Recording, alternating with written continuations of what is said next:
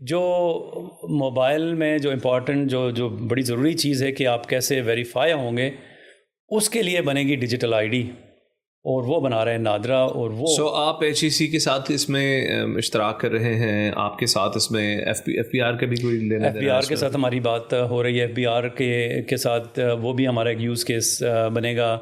Arms licence آپ نے پاکستان ٹیلی communication authority کا بھی کہا، کیونکہ سم کی آپ نے بات کی، تو پی ٹی اے بھی آپ کے ساتھ ڈیٹا. تو جب یہ سارا کچھ ہو جائے گا تو یہ تمام تر سہولیات ہم ایک ایپلیکیشن کے ذریعے حاصل کر سکیں گے. جی بالکل.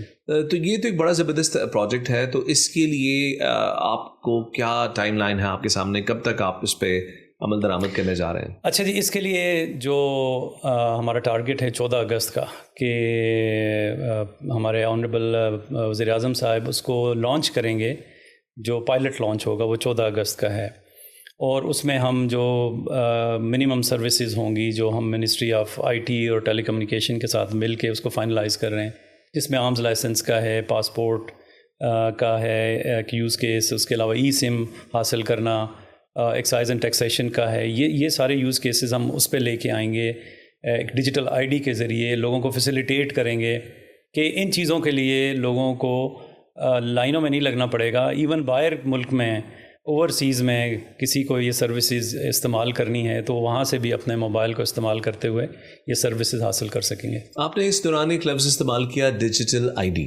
جی، تو یہ ڈیجیٹل آئی ڈی کیا چیز ہے اور اس کا کیا استعمال ہے؟ اچھا جی، نادرا کا جو آرڈیننس ہے 2000 میں 10 مارچ کو جو اس کا ریلیز ہوا، اور اس آرڈیننس کے تحت نادرا کا یہ کام ہے کہ وہ لوگوں کو رجسٹر کریں. لوگوں کو بھی اور چیزوں کو بھی رجسٹر کر سکتے ہیں حکومت کے کہنے پر، لیکن لوگوں کو رجسٹر کرنا تو ڈیٹا بیس جو ہے وہ لوگوں کا ایک شناختی کارڈ کی شکل میں وہ نادرا کے پاس ہے.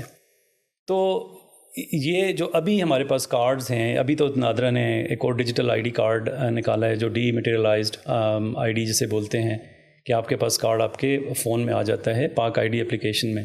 اس کی نیکسٹ فارم جو ہے وہ ڈیجیٹل آئی ڈی ہے. اب ڈیجیٹل آئی ڈی کیا چیز ہے؟ یہ ہے electronic form of the identity of سمن، جو لیگل آئیڈینٹی ہم نادرا ایشو کرے گا، وہ ڈی میٹیریلائزڈ کارڈ کی اگلی فارم ہے. اور ڈیجیٹل آئی ڈی بنے گی کیسے؟